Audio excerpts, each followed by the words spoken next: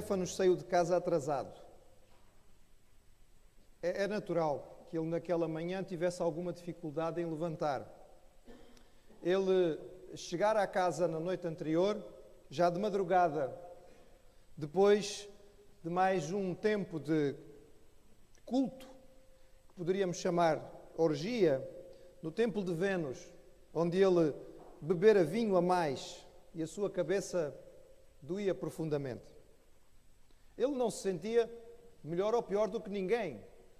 A verdade é que, entre os habitantes de Corinto, o culto de Vênus era dos mais frequentados e aquilo que Estéfano tinha feito na noite anterior não tinha sido uma orgia particular, mas comunitária, em que centenas tinham estado juntos.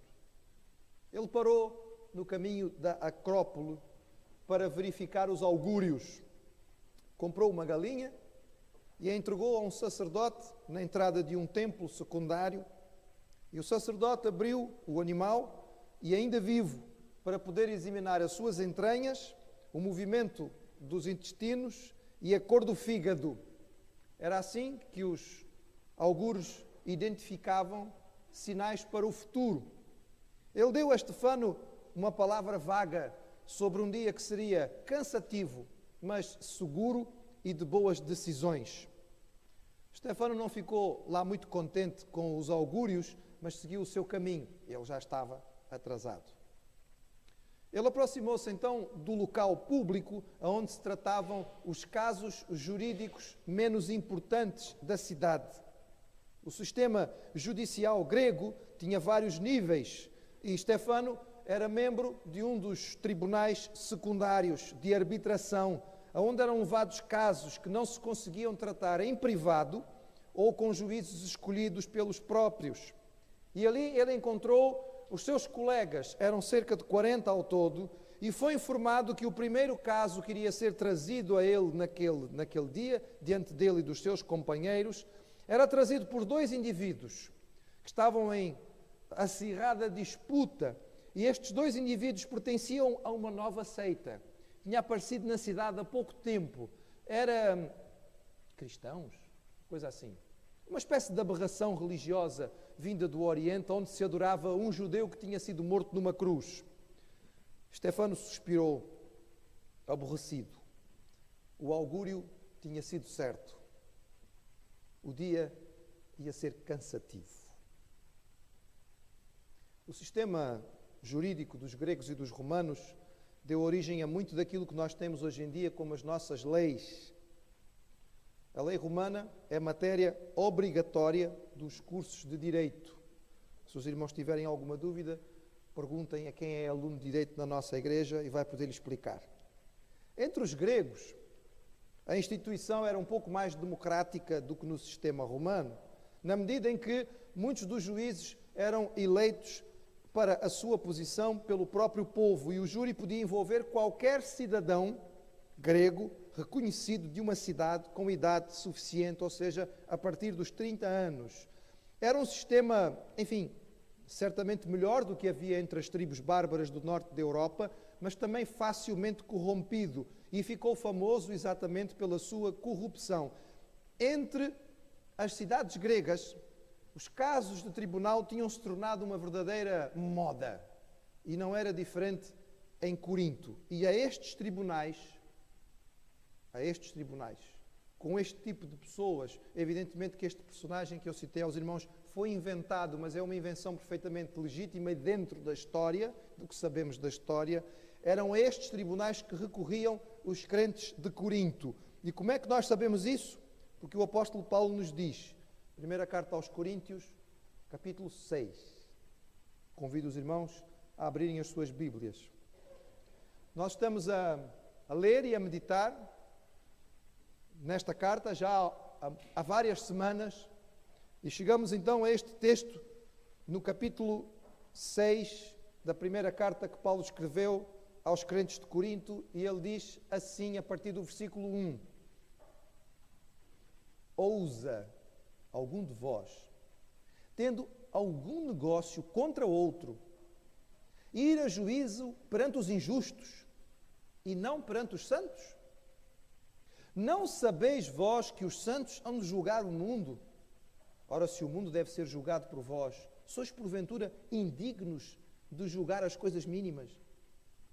Não sabeis vós que havemos de julgar os anjos, quanto mais as coisas pertencentes a esta vida? Então, se tiveres negócios em juízo, pertencentes a esta vida, pondes na cadeira aos que são de menos estima na igreja? Para vos envergonhar o digo. Não há, pois, entre vós sábios, nem mesmo um, que possa julgar entre seus irmãos. Mas o irmão vai a juízo com o irmão, e isto perante infiéis. Na verdade, é já realmente uma falta entre vós terdes demandas uns com os outros. Porque não sofreis antes a injustiça? Porque não sofreis antes o dano? Mas vós mesmos fazeis a injustiça e fazeis o dano. E isto aos irmãos? É bastante interessante este trecho, irmãos. Apesar de que ele não é muito usado para pregar na igreja. E eu aqui digo aos irmãos que vejo uma das grandes vantagens da pregação expositiva sequenciada no texto bíblico. Porque desta maneira, irmãos, a palavra é que me diz o que é que eu tenho que vos pregar, e não sou eu que escolho. E eu tenho que pregar tudo aquilo que a palavra diz, mesmo aqueles textos que eventualmente eu não escolheria. Estamos a tratar daquilo que se passava de errado na igreja de Corinto, e Paulo acabava de dizer à igreja que era necessário fazer disciplina de um membro da igreja que estava vivendo de uma forma muito errada. E logo a seguir ele avança para outra dificuldade que esta igreja tinha: o uso de tribunais públicos pagãos.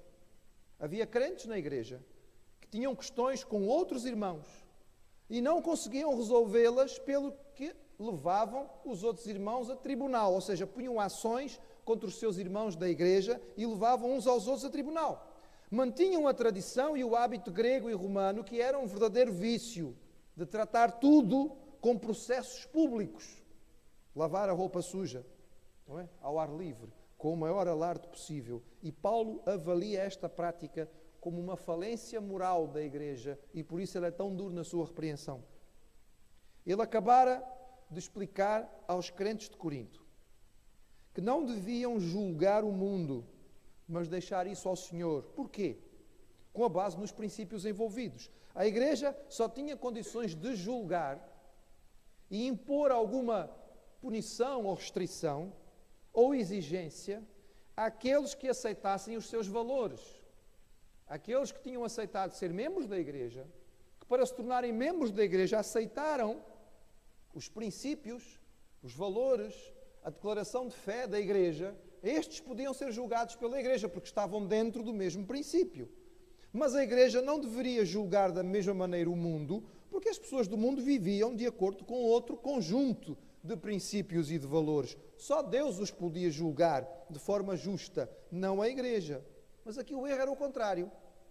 Ou seja, a igreja, que não devia julgar as pessoas do mundo neste momento porque viviam com outros princípios e valores, recorria ao julgamento do mundo. E a questão aqui é bem clara: irmãos contra irmãos, cristão contra cristão.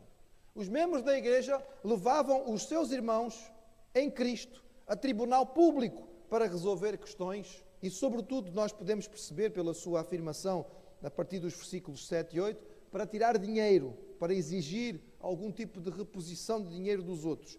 Como podiam aceitar os cristãos que pagãos, com outros valores e entendimentos, julgassem crentes em Cristo, em quem habitava o Espírito Santo? Esta ilustração fictícia com a qual eu comecei a mensagem, irmãos, é apenas para vos dar uma ideia do tipo de pessoas que poderiam ser juízes a quem um cristão ia recorrer.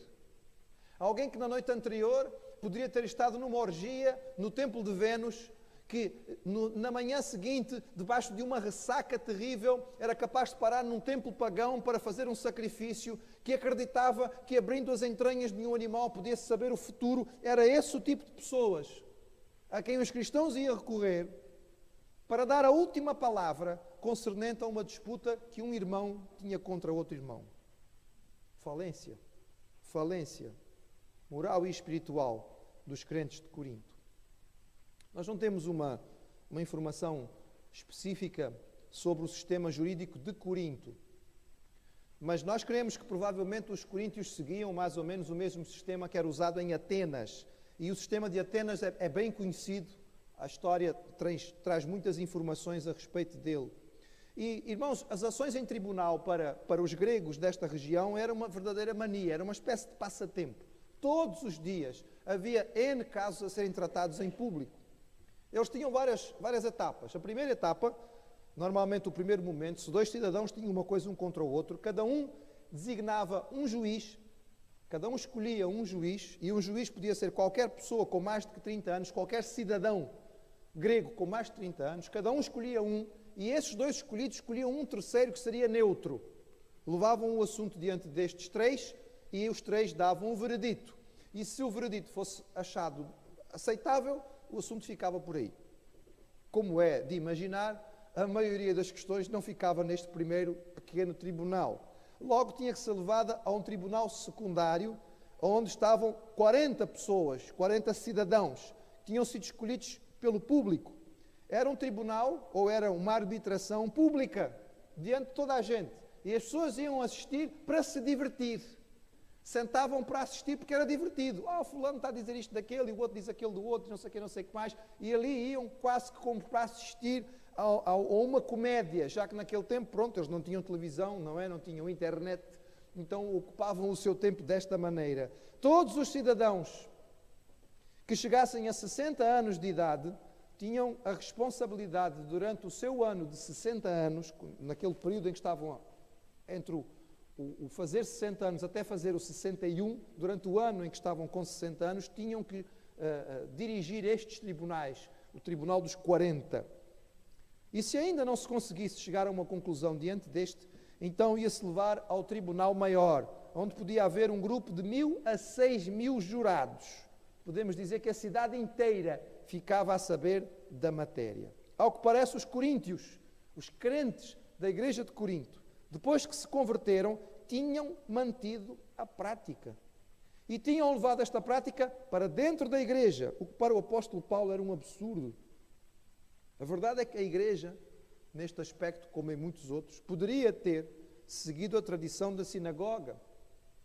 Paulo, como judeu, certamente tinha uma grande dificuldade, também cultural, em aceitar o que acontecia em Corinto, porque os judeus nunca tratavam os seus casos em público, nunca levavam os seus assuntos aos tribunais gregos ou romanos, a não ser em casos especiais em que era preciso a pena de morte, como sabemos de Jesus, cujo Sinédrio não pôde resolver a questão porque precisava condenar Jesus à morte. Então levaram-no a Pilatos. Os judeus tratavam o seu assunto na sinagoga, porque a sinagoga funcionava como local de culto, como escola, mas também como tribunal. E os cristãos, que eram considerados, de certa maneira, um braço que tinha vindo do judaísmo, tinha copiado tantas coisas da sinagoga e podia ter aprendido isto com eles, mas não era assim que fazia. E para Paulo isto demonstrava uma incoerência profunda, na medida em que os cristãos seriam chamados mais tarde, na volta de Jesus, para julgar o mundo. Ele estava a falar, quando ele diz isto, aqui no versículo 2, não sabeis vós que os santos hão de julgar o mundo? Ele estava a falar a respeito da volta do Senhor Jesus, quando ele vai voltar como juiz. E quando nós lemos na palavra do Senhor, por exemplo, Jesus anunciando à igreja de Tiatira, ao que vencer e guardar até ao fim as minhas obras, eu lhe darei poder sobre as nações. E esta expressão aqui, este poder, designava também a capacidade ou a responsabilidade de fazer julgamento. Também escrevendo a Timóteo, o apóstolo Paulo irá dizer, se com ele sofremos, também com ele reinaremos. E a profecia vinha desde os tempos de Daniel, quando ele tinha escrito dizendo, até que veio o ancião de dias, para falar da volta do Senhor Jesus, e fez justiça aos santos, e chegou o tempo em que os santos possuíram o reino. Estas são palavras da Bíblia que nos ensinam que um dia, aqueles que somos do Senhor, vamos ser chamados a julgar o mundo junto com Cristo. E o argumento de Paulo era este, se nós vamos ser chamados nesta altura a fazer parte do tribunal celestial, que vai julgar as coisas mais importantes, como é que agora não somos capazes de julgar estas pequeninas coisas? E Paulo vai além. No versículo 3 ele diz, não sabeis vós que havemos de julgar os anjos? Não sei se o irmão já tinha lido este versículo. nem se lhe faz alguma confusão. Mas a palavra do Senhor nos diz que os anjos, evidentemente, terão que ser julgados. O apóstolo Pedro, escrevendo a sua segunda carta, dizia que estes tinham sido entregues às cadeias da escuridão, ficando reservados para o julgamento. E também Judas, ao escrever a sua carta, disse que os anjos que não guardaram o principado, reservou o Senhor na escuridão até o julgamento naquele grande dia. A ideia que nós temos, irmãos, é que um dia nós vamos ter que estar junto com o Senhor. E quando o julgamento final chegar, nós seremos simultaneamente juízes com o Senhor, sobretudo por causa do nosso testemunho, que vai ser usado como testemunho de acusação. Estes ouviram a mensagem e aceitaram. Portanto, se vocês não aceitaram, estão condenados porque não aceitaram. E o fato destes terem aceitado e terem sido abençoados e salvos prova que vocês fizeram uma escolha errada. E desta maneira, nós estaremos com Cristo para reinar e teremos a responsabilidade de administrar a sua justiça sobre a terra. Se os crentes vão fazer parte de um julgamento tão importante, como é que não eram capazes de julgar as coisas mais pequenas? Na verdade, Paulo coloca 3 possibilidades. A primeira delas, ele diz assim: não deveria haver questões entre os crentes. Ele coloca isto, ele diz, na verdade, já é uma falta haver entre vós esse tipo de contendas. Vocês nem sequer deviam ter este tipo de coisas. Deviam estar vivendo numa qualidade de vida espiritual, deviam ter-se desenvolvido em termos de maturidade cristã, ao ponto de não ser preciso esse tipo de coisas. Não, vocês não são capazes de ultrapassar estas dificuldades e têm que se comportar exatamente como as pessoas que não têm o Senhor na vida. A ideia que o texto nos dá é que havia mesmo litígios sérios ligados a dinheiros e danos físicos entre os cristãos da igreja de Corinto. A segunda possibilidade que o apóstolo Paulo diz é, ok, então surgiu o problema. O ideal era que nem houvesse problemas. Mas ok, surgiu o problema, então é assim, vocês que são uma igreja que se orgulha tanto da sua sabedoria, não são capazes de ter entre vocês alguém que sirva de juiz ou árbitro nesta questão? Não tem entre vós a capacidade de reunir e decidir esta questão entre os dois irmãos? Não há entre vós um sábio capaz de dar uma palavra que resolva este caso? Era a segunda possibilidade. Terceira, e talvez a mais importante e decisiva, o apóstolo Paulo diz assim, em última instância, por que é que não perdoam? Por que é que não abrem mão de tudo isto? E o apóstolo Paulo diz assim, porque não sofreis antes a injustiça? Porque não sofreis antes o dano? Paulo estava tentando identificar nesta situação as falhas e a tentar mostrar aos coríntios os pontos em que eles tinham falhado. Ponto número 1, tinham falhado na qualidade da vida cristã, já que entre os crentes tinham surgido situações destas. Os negócios, os assuntos, os debates, as questões entre cristãos deviam ser feitas com tal transparência, com tal honestidade, com tal limpeza de coração, que não desse lugar a qualquer tipo de dificuldade, muito menos a uma ação legal ou jurídica. O facto de haver este tipo de coisas na igreja, como o pecado do homem que é mencionado no capítulo 5, era um sinal de fracasso espiritual grave desta comunidade cristã que era tão orgulhosa. Mas havia falha no princípio do perdão, central na vida espiritual do crente e da igreja. Jesus não poderia ter sido mais claro quando ele ensinou aos seus discípulos a orar e, por consequência, a nós, falando a respeito do perdão e da ligação que o perdão tem com aquilo que nós esperamos receber de Deus. São palavras do próprio Senhor Jesus. Porque se perdoardes aos homens as suas ofensas, também vosso Pai Celestial vos perdoará a vós.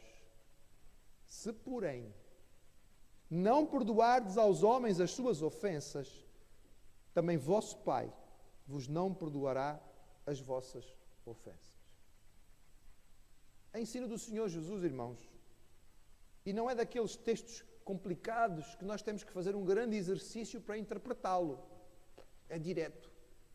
Não tentemos pegar neste texto e manobrá-lo para tentar fazer que ele diga aquilo que ele não diz. Ele é claro no que fala. Vocês querem ser perdoados? Deus está pronto para vos perdoar. O perdão do Senhor alcança a todos, em qualquer circunstância. O Senhor pode e quer nos purificar de toda a injustiça, como nós já lemos e cantamos esta tarde. Mas quando nós recusamos o perdão, fechamos o nosso coração, enchemos-nos de amargura e impedimos a ação do Espírito Santo nas nossas vidas. O crente, quando não é capaz de perdoar, mostra que não está em condições de receber o perdão. Paulo não fazia do perdão algo simples. Ele sabia que o perdão implicava em sofrimento.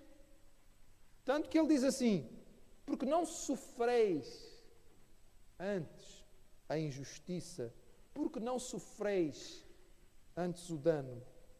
Irmãos, perdoar implica, de alguma maneira, em sofrer.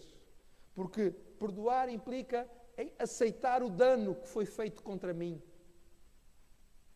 Aceitar aquilo que foi realizado e não insistir na minha capacidade de fazer justiça, mas entregar nas mãos do Senhor. Entre os coríntios não havia esta capacidade. Os crentes não conseguiam perdoar os seus irmãos e certamente batiam no peito com orgulho, dizendo: eu não levo desaforo para casa. Se comportou mal comigo, vai para o tribunal e vai ter que pagar até o último cêntimo. Havia falha no princípio do perdão. Havia falha na sabedoria.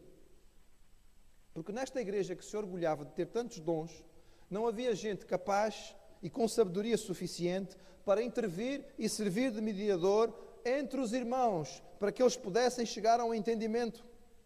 O assunto que deveria ser sempre tratado no contexto da igreja, como Jesus ensinou. E, no entretanto, havia nesta igreja tão pouca sabedoria que não eram capazes de encontrar um irmão, uma irmã, que servisse para resolver estas questões. É claro, irmãos, que o apóstolo Paulo está-nos falando aqui sobre as dificuldades entre crentes em Cristo. Ele não está aqui discutindo a possibilidade de alguém que se infiltrou na igreja e está a prejudicar os seus irmãos. Nós não estamos aqui para discutir isto, apenas aquilo que Paulo colocou aqui de forma clara no texto. Esta é uma questão que certamente é difícil de resolver, mas diante daquilo que Paulo nos diz, entre problemas de irmãos com irmãos, havia necessidade de sabedoria. Sobretudo, irmãos, havia falha no testemunho. Quando os cristãos levavam os seus assuntos para a praça pública, estavam a denegrir o Evangelho. Eles acabavam por mostrar ao mundo uma falta de coerência com aquilo que anunciavam. Eles passavam a mensagem às pessoas de fora da igreja: somos todos iguais. Não há diferença nenhuma. Nós também perdemos a paciência, nós também nos desentendemos e nós também levamos os outros aos tribunais para receber aquilo que nós achamos que temos direito. E esta mensagem prejudicava o testemunho da igreja na cidade de Corinto. A mensagem central que o apóstolo Paulo transmite era voltada ao testemunho. A igreja era vista com desconfiança pelo mundo, continua sendo vista até hoje. E esta desconfiança só pode ser vencida quando a igreja é capaz de viver de tal maneira que dê um testemunho diferente. A incapacidade dos crentes de Corinto em ter esse testemunho levantava questões sérias. Aquele que é salvo muda os seus padrões, muda os seus valores, passa a ter princípios diferentes.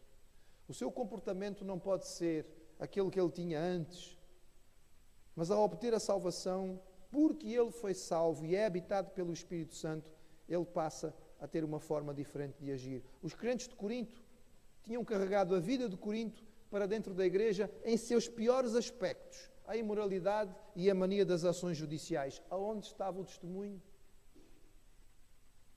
O que marca a nossa vida em Cristo, irmãos, é a dependência do Senhor. E a dependência do Senhor implica na dependência de Deus para nos fazer justiça e para nos capacitar para perdoar em Cristo aos nossos ofensores. Eu repito, irmãos, a mensagem do perdão, sendo central na palavra do Senhor, não é uma mensagem fácil. Há situações e situações. Há situações em que nós temos que perdoar coisas que são insignificantes da vida. Há situações em que somos chamados a perdoar coisas tremendas, tremendas, profundas, que nos deixaram marcas que nunca vão desaparecer. Mas continuamos sendo chamados pelo Senhor a deixar que Ele nos capacite a viver este perdão. Porque esta é a maneira pela qual Ele quer que nós nos aproximemos dEle.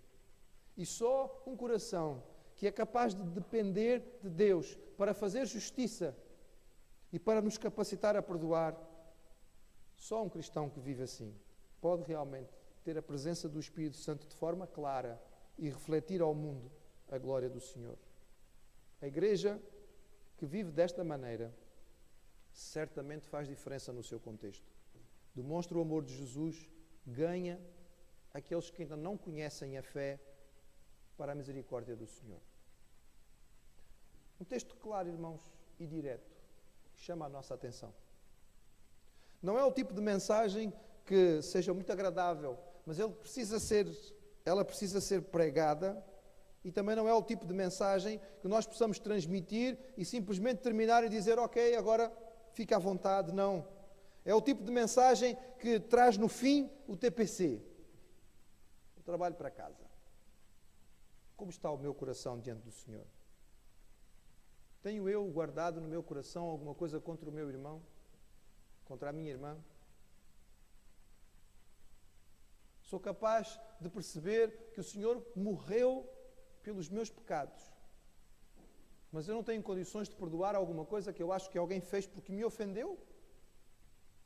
Jesus não teve problema de deixar a glória do céu e a sua honra para sofrer no Calvário por mim. Mas a minha é muito grande. Eu não posso aceitar que as pessoas façam ou digam isto ou aquilo outro. Perdoar pode ser muito doloroso. E pode implicar muitas vezes muitas lágrimas. Mas ao fazê-lo, eu não estou passando a mão na cabeça daquele que errou, mas eu estou dizendo, Senhor, eu não tenho capacidade. E eu não fui chamado para fazer o juízo aqui. A justiça verdadeira vem de Ti. Eu quero que Tu faças justiça neste caso. Eu não quero carregar este fardo no meu coração. Eu quero ser livre desta amargura. Esta é a atitude que nós somos chamados a ter no Senhor Jesus. E se alguém disser, eu não consigo, eu concordo consigo. Eu também não consigo. Mas o Senhor dá-nos condições de conseguir. E que Ele possa tocar os nossos corações e nos sensibilizar para aquilo em que nós somos chamados a obedecer à Sua voz e à Sua palavra.